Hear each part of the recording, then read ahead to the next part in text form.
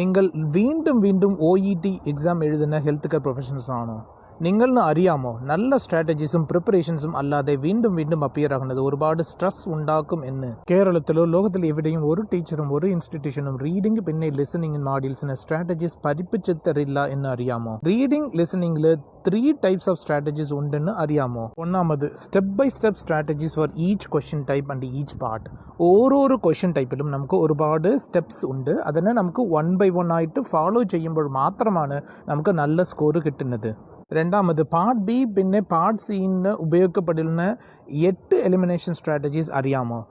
നമുക്ക് 2 ചോയ്സസ് വളരെ എളുപ്പമായിട്ട് എലിമിനേറ്റ് ചെയ്യാം. പക്ഷേ ബാക്കിയുള്ള 2 ചോയ്സിലാണ് നമുക്ക് കൺഫ്യൂഷൻ കിട്ടുന്നത്. അതിന് 8 മെത്തേഡ്സ് ഉണ്ട് അതിനെ കണ്ടുപിടിക്കാൻ. മൂന്നാമത് എല്ലാ പാർട്സിനും കറക്റ്റ് സമയത്ത് കംപ്ലീറ്റ് ചെയ്യാൻ വേണ്ടിയുള്ള 10 റീഡിംഗ് ടൈം മാനേജ്മെൻറ്റ് സ്ട്രാറ്റജീസ് ആണ്.